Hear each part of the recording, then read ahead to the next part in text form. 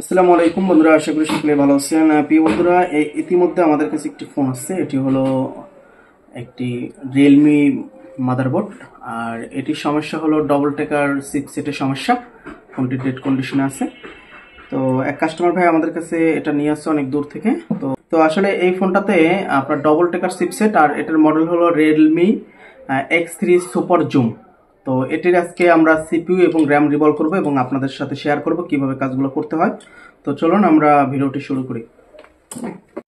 এই মুহূর্তে আমরা যে চিপসেটটার কাজ করব এটা হলো একটি ডবল টেকারের মাদারবোর্ড, আর এখান থেকে আমরা সিপিইউ প্লাস র্যাম দুটোটাই এখান থেকে খুলে নেব এবং ভিডিওটির সঙ্গেই থাকুন। আপনাদেরকে আজকে দেখাবো কিভাবে পেস্টিং, যে ব্ল্যাক পেস্টিং হয়, এটা কিন্তু অন্যান্য ফোনের থেকে কিন্তু ব্ল্যাক পেস্টিংটা সম্পূর্ণ আলাদা। কিভাবে কাজগুলো করতে হয় A to Z আজকে আপনাদেরকে আমি দেখাবো। তো প্রিয় বন্ধুরা, এর উপরে অনেক লিকুইড ছিল যেটাকে বলা হয় থার্মাল পেস্ট।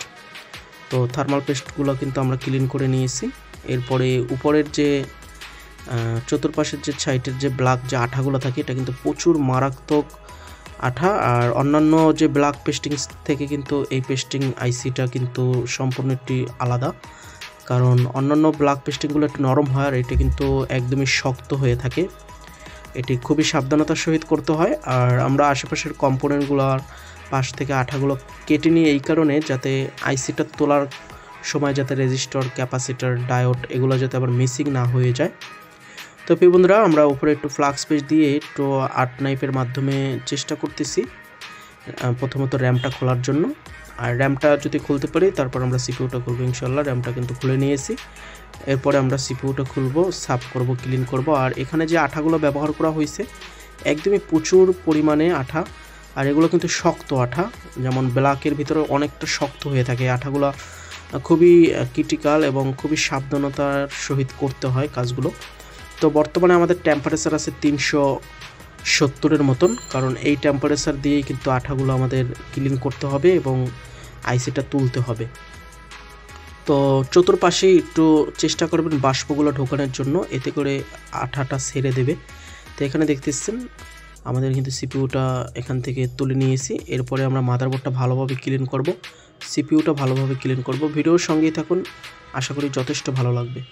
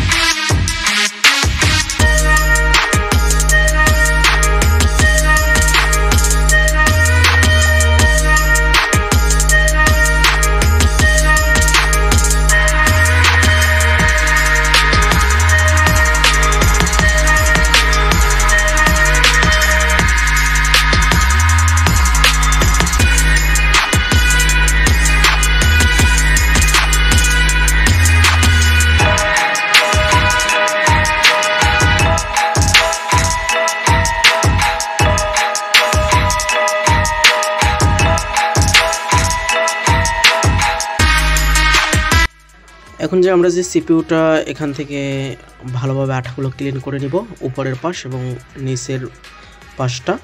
তবে এটি তাতালের নর্মাল টেম্পারেচারে করাই ভালো বন্ধুরা। হটগানের টেম্পারেচার দিয়ে কিন্তু এই ধরনের আইসিগুলো হিট দিলে আইসিটা পাতলা হওয়ার কারণে আইসিটা ডেড হওয়ার সম্ভাবনা থাকে। এই জন্য আমরা মোটামুটি পর্যায়ে তাতালের সাহায্যে যতটুকু ক্লিন করা সম্ভব ততটুকু ভালোভাবে ক্লিন করে নিচ্ছি।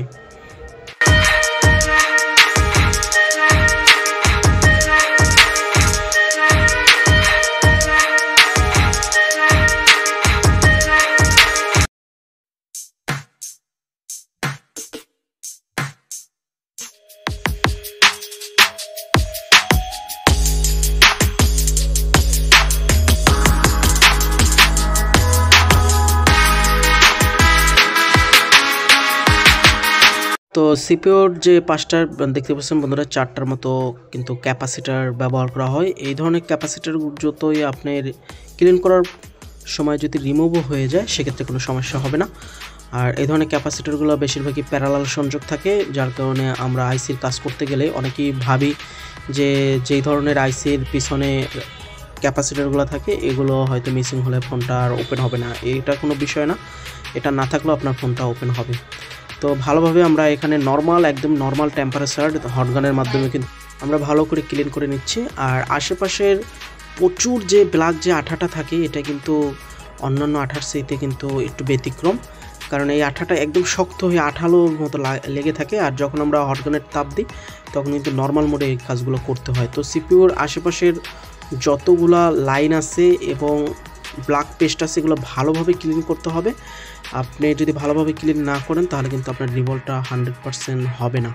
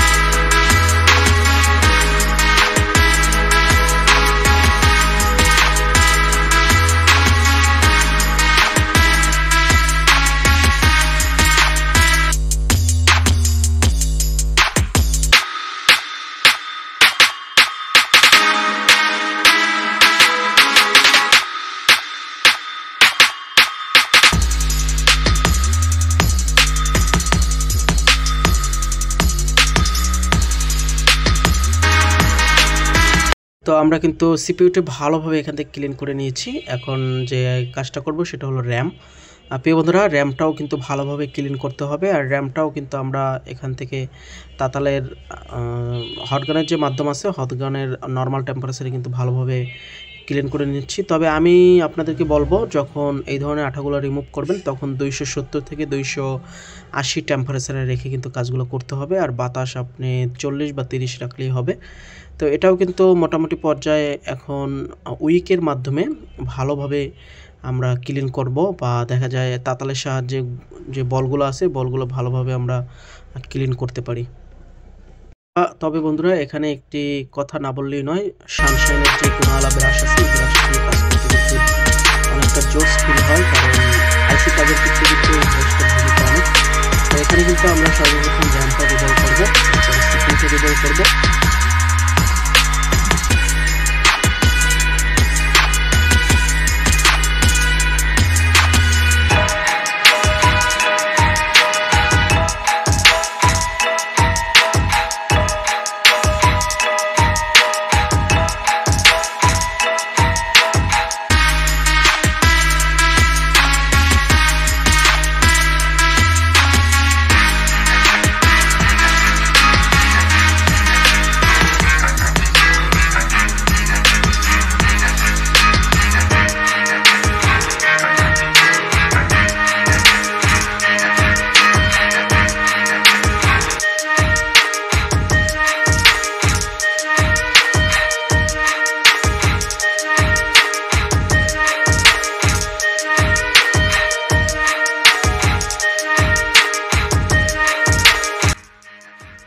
সিপিইউর যে নিচটা আছে এটি ভালোভাবে আমরা 8 নাইফের সাহায্যে একদমই কোনো বলের উপরে যাতে হালকা পরিমাণও গলুটা মানে যেটাকে বলা হয় ব্ল্যাক পেস্ট এটি যাতে না লেগে থাকে এই জন্য ভালোভাবে আমরা ক্লিন করে নিচ্ছি। এরপরে বন্ধুরা এটিও রিভলভ করব। আর রিভলভ করার জন্য অবশ্যই এই ধরনের সেম টু সেম মডেল প্লেটগুলোর প্রয়োজন। মডেল প্লেট দিয়ে কিন্তু রিভলভ করতে বন্ধুরা খুবই ইজি হয় আর খুবই সুন্দর হয়। তো এখানে রিভলভ করার পূর্বে একটা জিনিস মাথায় রাখবেন, চেষ্টা করবেন যাতে এক চান্সে হয়, কারণ যেহেতু পাতলা আপনার সিপিইউ, তো আমরা এখানে বারবার করলে হয় কি সিপিইউগুলো নষ্ট হওয়ার চান্স থাকে। তো রিভলভ করার ক্ষেত্রে কিন্তু বন্ধুরা বারবার কাইটা রিভলভ করা এবং আবার পেস্ট দিয়ে আবার কাইটা রিভলভ করা, এতে করে হয় কি বলগুলো কিন্তু মজবুত হয় এবং শক্ত হয়। আর আপনি যদি এক চান্স রিভলভ করতে পারেন সেক্ষেত্রে আরও ভালো হয়।